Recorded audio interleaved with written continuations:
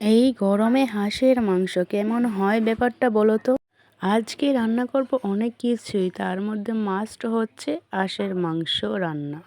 তো নমস্কার বন্ধুরা, তোমরা সবাই কেমন আছো? চলো আজ শেয়ার করি আজকে আমি কি রান্নাম তা তোমাদের সাথে শেয়ার করব। তো তোমরা স্কিপ না করে দেখতেই থাকো পুরো ভিডিওটা। এই তো প্রথমেই আমি সিদ্ধ হওয়ার জন্য মসুর ডাল বসিয়ে দিয়েছি চুলায়। ডালটা প্রায় সিদ্ধ হয়ে গেছে। এবার কড়াইতে অনেকটা পরিমাণ তেল দিয়ে দিয়েছি আর দিয়ে দিয়েছি 2টা শুকনো মরিচ। এবার ভাজা ভাজা হতে হতে দিয়ে নিলাম সর্ষা গোটা খানিক কয়েকটা। তারপর হচ্ছে টমেটোগুলো দিয়ে দিলাম, একটু লবণ দিয়ে দিলাম পরিমাণ মতো, কয়েকটা কাঁচামরিচ দিয়ে দিলাম। তারপর একটু ভাজা ভাজা হওয়ার পরে ডালটা ঢেলে দিলাম। ডালটা বলক হওয়া পর্যন্ত অপেক্ষা করলাম। তারপর ডালটা হয়ে যাওয়ার পরে এদিকে চুলাতে ডালে ভাতে আর ডিম সিদ্ধ বসিয়ে দিয়েছিলাম।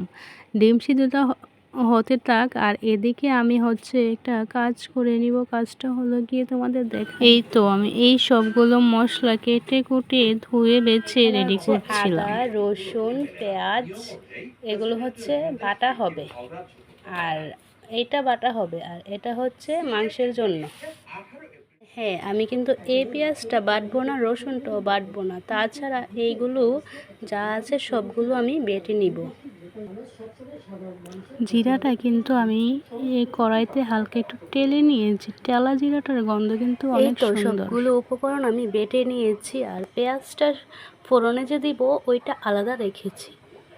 এবার আমি বালতিতে যে ভেজানো হাঁসের মাংসগুলি ওগুলি আমি কল থেকে ভালো করে ধুয়ে আনব। কল থেকে আসার পর দেখি এদিকে ডিমের জল একেবারে শুকিয়ে গেছে। তারপর আমি ডিমগুলো নামিয়ে ভালোভাবে ছুলে ধুয়ে নিলাম আরও একবার। ধোয়ার পরে এখন আমি ডিমটা রান্না করব। ডিমটা তো রান্না করব, মাংসে দেওয়ার জন্য আলু দিতে ভুলে গিয়েছিলাম। আমি এদিকে আলু ভালোভাবে ধুয়ে একটা পাতিলে বসিয়ে দিয়েছিলাম একটা চুলায়। ভাবছিলাম যে একটা চুলা তো অপসরি, তাই বসে থেকে তো লাভ নেই, আলুগুলো বসিয়ে দিলে সিদ্ধ হয়ে যাবে। ডিমটা রান্না করব পরে, আগে হাঁসের মাংসগুলো একটু ম্যারিনেট করে নিই। তারপর হচ্ছে গিয়ে এখানে আমি ম্যারিনেট করার জন্য অনেকটা পরিমাণ পেঁয়াজ, তেজপাতা, আদা, রসুন, জিরা বাটা, গুঁড়া মরিচ, তারপর হলুদ গুঁড়া, ধনিয়ার গুঁড়া সব কিছু একসাথে লবণ এবং পরিমাণ মতো তেল দিয়ে ভালোভাবে অনেকক্ষণ প্রায় 3 থেকে 5 মিনিটের মতো মাখিয়ে নিয়েছি। মাখাটাতেই কিন্তু অনেকটা মশলা ভেতরে ঢুকে ভালোভাবে চেষ্টা করবেন ভালোভাবে কিছুক্ষণ প্রায় 1 থেকে 1.5 ঘন্টা হাঁসের মাংসটা মাখিয়ে রাখার জন্য। রাখা হয়ে গেছে, আমার মাখিয়ে রাখা হয়ে গেছে। এবার আমি ডিমগুলো ভেজে নিব। কড়াইতে অনেকটা পরিমাণ তেল দিয়ে দিলাম, তারপর নুন হলুদ দিয়ে একটু মরিচের গুঁড়ো দিয়ে দিয়েছি, দিয়ে ভেজে নিয়েছি হালকা করে। তারপর তেলে দিয়ে দিলাম তেজপাতা, তারপর হচ্ছে পেঁয়াজ, তারপর হচ্ছে এলাচি, দারচিনি। তারপর একটু নেড়ে চেড়ে অনেকটা পরিমাণ একটু লাল হলে দিয়ে দিব একটু পেঁয়াজ বাটাটা দিয়ে নেড়ে চেড়ে তারপর অনেকটা পরিমাণ ব্রাউন কালার হয়ে আসবে। তারপর একটু জল দিয়ে দিব।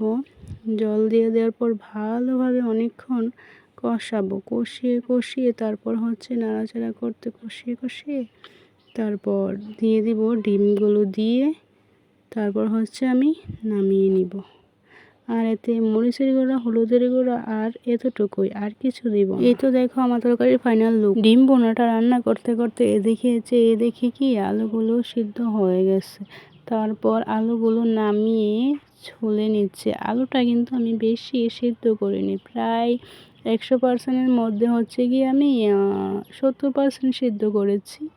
আর এটা তো আগের থেকে আলুটাতে আমি হলুদও মাখিয়ে রেখেছিলাম। বেশি ভালো লাগবে না, ছেড়ে দিয়েছি আলুগুলো ওইখানে একটু সিদ্ধ হবে, তো তাই সবগুলো ছেড়ে দেওয়ার পরে পর আমি উল্টো পাল্টে ভেজে নিয়ে কড়াইটা ভালো করে লাল করে তেল দিয়ে দিয়েছি। তারপর হচ্ছে কি আমি এখানে আরো অনেকটা পরিমাণ তেল দিয়ে দিব।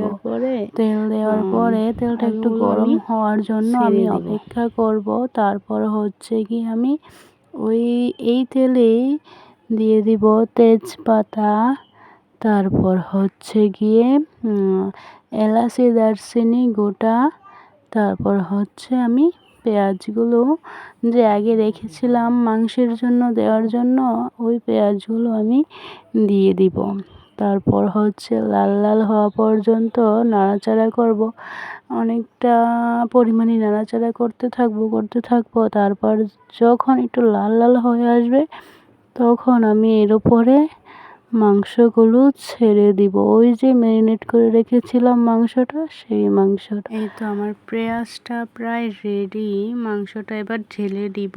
ঢেলে আমি ভালোভাবে অনেকক্ষণ নেড়ে চেড়ে ভালোভাবে আমি কষিয়ে নিব, ঢেকে কষিয়ে এইভাবেই অনেকক্ষণ আমি দেখো একা হাতে ভিডিও করি, কেউ নাই অন্তত মোবাইলটা ধরার। ভুল ত্রুটি কত কিছুই হতে পারে, ক্ষমার দৃষ্টিতে দেখবে ভুল ত্রুটিগুলো। তোমাদের ছোট বোন হিসেবে আমায় ক্ষমা করিও। এই তো আমি মাংসটা ঢেকে অনেকক্ষণ আমি ভালো করে কষিয়ে নিয়েছিলাম। এবার হচ্ছে গিয়ে আমি আরেকটু কষাবো, কষিয়ে প্রায় আরেকটু ঢেকে কষানোর পর আমি এটাতে জল দিয়ে একটু গরম জল দিয়ে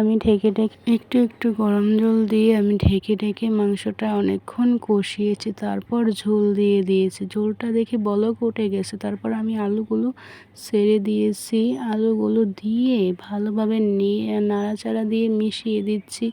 এবার আর কিছুক্ষণ ফুটবে, কারণ আলুগুলো তো আরও 30% হওয়া বাকি। এবার আলুগুলো ফোটা পর্যন্ত আমি চুলাতে ডিম আছে মানে লো ফ্লেমে আমি মাংসটা রান্না করব।